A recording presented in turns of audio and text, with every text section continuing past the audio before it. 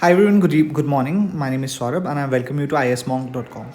सो यार ये जो है पहला वीडियो है इस चैनल पे, लेट्स सी।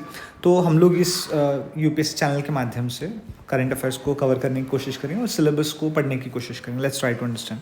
तो यार यहाँ पे रिसेंटली क्या हुआ है, 23rd समिट कंडक्ट हुआ है इंडिया और रशिया के बीच में, which is again a really nice thing. अब ये इम्पॉर्टेंट इसलिए भी है क्योंकि इंडिया और रशिया के बीच में जो रिलेशंस जो है वो थोड़े डाइसी चल रहे हैं। Dicey when I use this word dicey in international relation, it means a lot. Dicey क्यों मैं बता रहा हूँ, क्योंकि देखो रिसेंटली जो Russia has gotten close to China, तो रशिया और चाइना का प्रॉक्सिमिटी क्या हुआ है, बढ़ा हुआ है। ओके उसके अलावा रिसेंटली हम लोग ने देखा है क्योंकि रशिया जो है चाइना के साथ सॉरी रशिया यूक्रेन वॉर में बहुत ज़्यादा इंटैंगल्ड है और इसके चलते हम लोग के ऊपर यानी इंडिया के ऊपर बहुत ज़्यादा वेस्टर्न सैंक्शंस लगने का डर है, बहुत ज़्यादा प्रेशर बढ़ रहा है। So again it is creating lot of issues. और उसके अलावा जब से रशिया यूक्रेन वॉर स्टार्ट हुआ है, यूजुअली पुतिन जो है किसी और कंट्री में विजिट नहीं किए, उनका बहुत सारे कंट्रीज़ में विजिट ऑलरेडी कैंसल्ड है। उसके अगर जब कभी कोई सबमिट होता है तो अपने किसी और एग्जीक्यूटिव को भेज देते, किसी और मिनिस्टर को भेज देते। तो यहाँ पे जो रशियन प्रेसिडेंट जो है जो इंडिया विजिट के, अपने आप में विजिट बहुत खास है, बहुत अहम है। अब हम लोग को कुछ एरियाज़ के ऊपर ध्यान रखने की ज़रूरत है। अगर हम लोग बात करते हैं, देखो यहाँ पे the signal sent the timing. Okay अब यार यहाँ पे क्या चीज़ है कि देखो रशिया और इंडिया का जो रिलेशन जो है वो डाइसी भले ही लग रहा होगा, लेकिन अभी भी रिश्ते मजबूत है। और इंडिया और रशिया के बीच में जो रिलेशन जो है अभी भी बहुत स्ट्रांग है, जैसा आज से 70 साल पहले 75 साल पहले स्टार्ट जब हुआ था वैसी ही है। In fact it has grown a lot. यहाँ पे बहुत ज़्यादा क्या हुआ है, ग्रो हुआ है। ओके अच्छा, यहाँ पे स्ट्रॉन्ग ऑप्टिक्स के बारे में बात किया जा रहा है। देखो in diplomacy optics matters. For India, it was meant to remove any ambiguity about Russia relationship, thereby signaling confidence in dealing with the world. For Russia, it signaled the importance of India in its foreign policy priorities. तो यार यहाँ पे ये जो line जो है ये बहुत ज़्यादा सिग्निफिकेंट है। यहाँ पे ये कैसे देखो, क्योंकि जब इंडिया रशिया रिलेशनशिप या इंडिया रशिया समिट जो हुआ है, उस समिट के अंदर में हमने किसी भी प्रकार का बहुत ज़्यादा बड़े बड़े वादे या बहुत सारे डील्स वगैरह इस बारे में कुछ भी अनाउंसमेंट नहीं किया। व्हाट डज दैट मीन, हम यूएसए के साथ अपने अच्छे कॉर्डियल रिलेशन मेंटेन करके रखना चाहते हैं। At the same point of time हम ये भी शो कर रहे हैं कि यार Russia is also equally important for us. अगर रशियन साइड से देखा जाए तो रशिया के साइड से भी वो ये मैसेज देना चाह रहे हैं कि यार इंडिया इज इक्वली इंपॉर्टेंट और इंडिया के साथ रिलेशन जो वो बहुत ज़्यादा मैटर करते हैं रशिया के लेके या रशिया के लिए।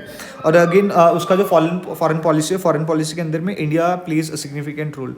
अगर हम लोग यहाँ पे देखते हैं by mister Trump, mister Modi's unambiguous support to the peace effort on Ukraine in general should rightly be read by as being a full and strong endorsement of the Trump initiative and should be welcomed by the US।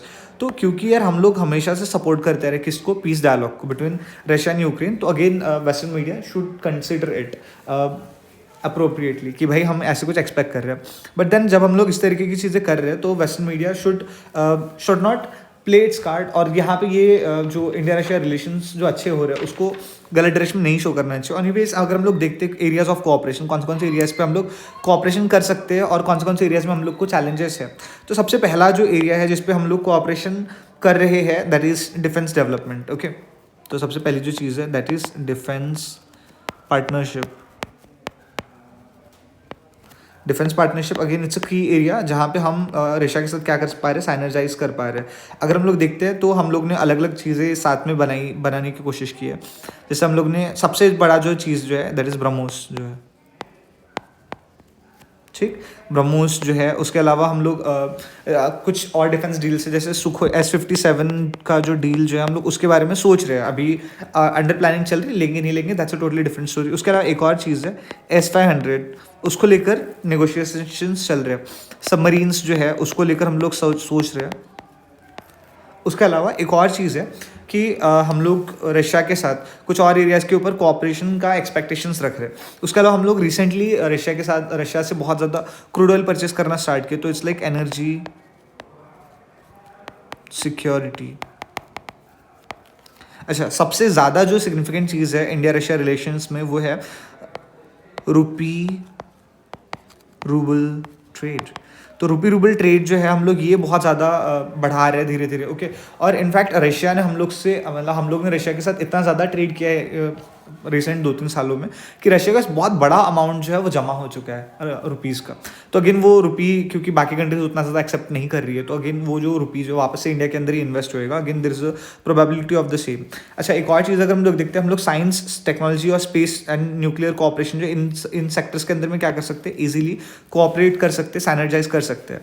क्यों? क्योंकि ये कुछ ऐसे sectors है जिसके चलते India और Russia दोनों को बहुत ज़्यादा बेनिफिट मिलेगा। रिसेंटली हम लोग ने देखा है कि रशिया कुछ अपने बहुत हाईली सोफिस्टिकेटेड वेपन्स को डेवलप कर रहा है, जैसे हाइपरसोनिक मिसाइल जो है उसको डेवलप कर रहा है, एंड देन रशिया चाहता है कि हम लोग उसके साथ में मतलब डेवलप करें। अच्छा, एक और चीज़ अगर हम लोग देखते हैं यहाँ पे, तो रशिया के अंदर में एक बहुत ही ज़्यादा डेमोग्राफिक चेंजेस आए हैं पिछले कुछ सालों में। उनका पॉपुलेशन बहुत कम है, रशिया का साइज़ बहुत ज़्यादा है लेकिन पॉपुलेशन बहुत कम है। तो हम लोग क्या कर सकते हैं, हम लोग अपनी जो स्किल्ड लेबर फोर्स जो हम लोग अपने स्किल्ड वर्कर्स जो उनको रशिया को प्रोवाइड करा सकते हैं, so that it also ensures development, एक हेल्दी पॉपुलेशन वहाँ पे भी बनी रहे। एंड इस चीज़ के चलते हम लोग का जब इंडियन डायस्पोरा रशिया के अंदर में एग्जिस्ट करेगा तो हम लोग के रिलेशंस अच्छे रहेंगे।